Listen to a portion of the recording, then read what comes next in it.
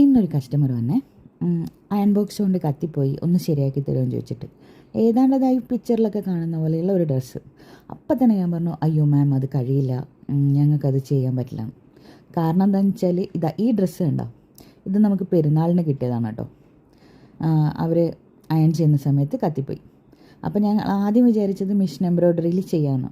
Patch ചെയ്തിട്ട് ഇതുപോലെ ഈ ഒരു ഫ്ലവർ അറ്റാച്ച് ചെയ്താൽ മതിയല്ലോ.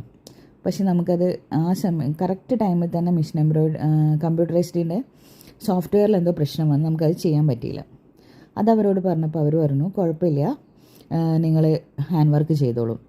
ആ ഫ്രെയിമിൽ ഫിക്സ് ചെയ്യുന്ന സമയത്താണെങ്കിലോ ഇത് ഫുള്ള് ഇങ്ങനെ ഗ്യാപ്പ് വലുതായി വന്നു. അപ്പോൾ അത് ഞങ്ങൾ അവരുടെ അടുത്ത് പറഞ്ഞപ്പോൾ അവർ പറഞ്ഞു, കുഴപ്പമില്ല, എങ്ങനെയായാലും കുഴപ്പമില്ല, അങ്ങനെ ചെയ്യും.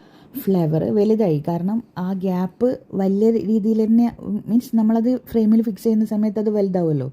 അപ്പോൾ ആ പാച്ച് വർക്കിൻ്റെ ഫ്ലവർ വലുതായി. അത് അവരുടെ അടുത്ത് ഓൾറെഡി ഇൻഫോം ചെയ്തിരുന്നു. വൺ സൈഡ് ഈവൺ ആയിട്ട് വന്നു കഴിഞ്ഞാൽ രസം ഉണ്ടാവില്ല എന്നുള്ളതുകൊണ്ട് രണ്ട് സൈഡിലും കൊടുത്തു. പക്ഷേ കസ്റ്റമർ ഒരു സൈഡ് മതിയെന്ന് പറഞ്ഞിരുന്നു. എൻ്റെ ഹാൻഡ് വർക്കർ പുലിയായതുകൊണ്ട് രണ്ട് സൈഡിലും കൊടുത്തു.